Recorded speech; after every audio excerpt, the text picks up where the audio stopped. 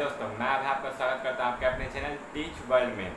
आज हम पढ़ेंगे फिर से पार्ट 4 नाखून क्यों बढ़ते हैं, हरियाली प्रसाद द्विवेदी जिनके राइटर हैं। आगे बचे हुए पार्ट का अध्ययन करते हैं। चलिए वीडियो स्टार्ट करते हैं। उससे पहले नए व्यूअर हमारे चैनल को जरूर सब्सक्राइब करें। चलिए, आज मैंने पहला टॉपिक क्या लिया है, बर्बर युग। बर्बर युग उस युग को कहा जाता था जब मनुष्य सब कुछ अपने नाखून के ही जरिए, शिकार इत्यादि सब कुछ अपने नाखून के जरिए ही किया करता था। नाखून ही उसका प्रमुख इतिहास मतलब प्रमुख हथियार हुआ करता था। वही लेखक बोलते हैं कि बर्बर युग का कोई भी अवशेष मनुष्य अपने अंदर नहीं रखना चाहता। अपने अंदर मनुष्य बर्बर युग का कोई भी अवशेष नहीं रखना चाहता। वो तो ये भी चाहता है कि नाखून जो बर्बर युग का अवशेष है वो उसे हटा ही देना चाहता है। इसलिए बार बार काटते रहता है, अपने अंदर के पशुता को छुपाते रहता है। परंतु प्रकृति को उसके अंदर के पशुता को बाहर निकालते रहती है। प्रकृति को ये थोड़ी पता है कि मनुष्यों ने आज नाखून से भी ज़्यादा भयानक और शक्तिशाली हथियारों का निर्माण कर लिया है। आगे नेक्स्ट टॉपिक मैंने क्या लिया है, हिरोशिमा। हिरोशिमा हिरोशिमा इसके बारे में बोलते रहते हैं लेखक। आगे बोलते हैं कि जैसे कि हमारी सभ्यता, ये नाखून काटने से हमें सभ्यता मिलती है, यानी कि लोग हमें सभ्य समझते हैं, परंतु ये सत्य नहीं है। मनुष्य जितना नाखून काट रहा है, जितना नाखून काट के आगे बढ़ रहा है, उतना ही असभ्य होते जा रहा है। उसका एक उदाहरण हिरोशिमा हत्याकांड भी है, जहाँ पे एटम बम का प्रयोग किया गया था। कौन सा? लिटिल बॉय फैटमैन, हिरोशिमा और नागासाकी। एटम बम का प्रयोग किया गया था, जहाँ पे ये हमारी असभ्यता को दर्शाती है। लेखक बार बार उसको नाखूनों को काटता है। मनुष्य नाखून को काटता है ताकि अपनी पशुवृत्ति को छुपा सके, परंतु लेखक बोलते हैं जब मैं इन सब बातों को सोचता हूँ तो बहुत ही ज़्यादा निराश हो जाता हूँ, या देखता हूँ तो पशुता काट दो मरना नहीं जानती।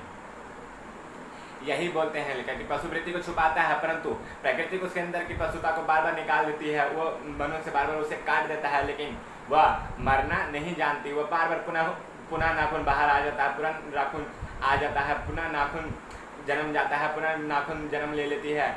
यही बोलते हैं लेखक कि कितना भी काट के मार देते हैं, लेकिन परंतु वो पुनः आ जाती है, उसे मरना नहीं आता है। आगे मैंने टॉपिक लिया है कुछ हजार वर्ष पहले। लेखक अब आगे यही सब लेखक अब आगे बताते हुए कहते हैं कि कुछ हजार वर्ष पहले सुकुमार विनोदों द्वारा इसका उपयोग किया जाने, किसका? नाखूनों का उपयोग किया जाने लगा, यानी कि सुकुमार यानी कि सजाया जाने लगा। विनोदों यानी कि कुमार जो युवा युवती होते हैं उन्हें विनोद कहा गया है। उनके द्वारा अपने नाखूनों को सजाया जाने लगा, उपयोग में लाने के लिए सजाया जाने लगा। बादशाह के कामसूत्र।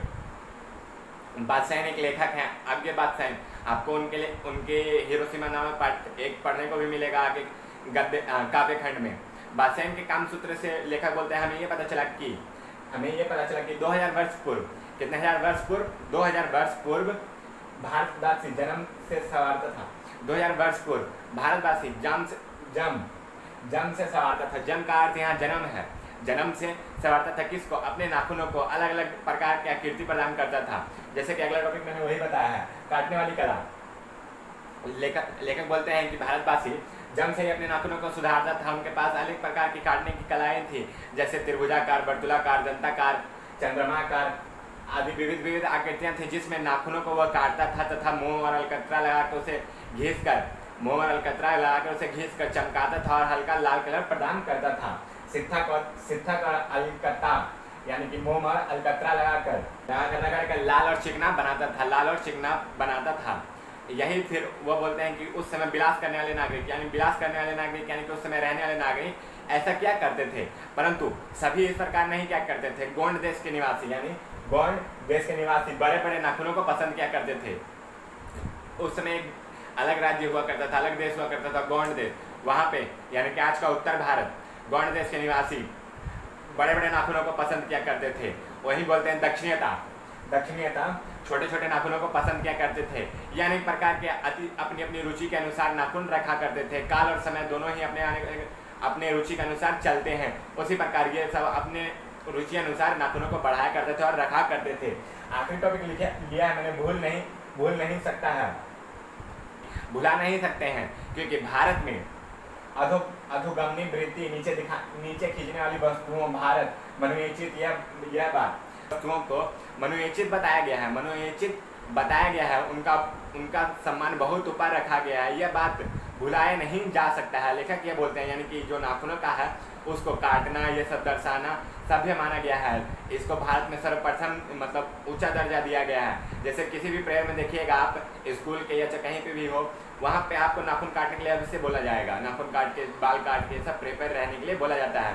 तो वही बोलते हैं कि इन सब चीज़ों को मनोचित मतलब बहुत ज़्यादा ऊंचा स्थान दिया गया है भारत में।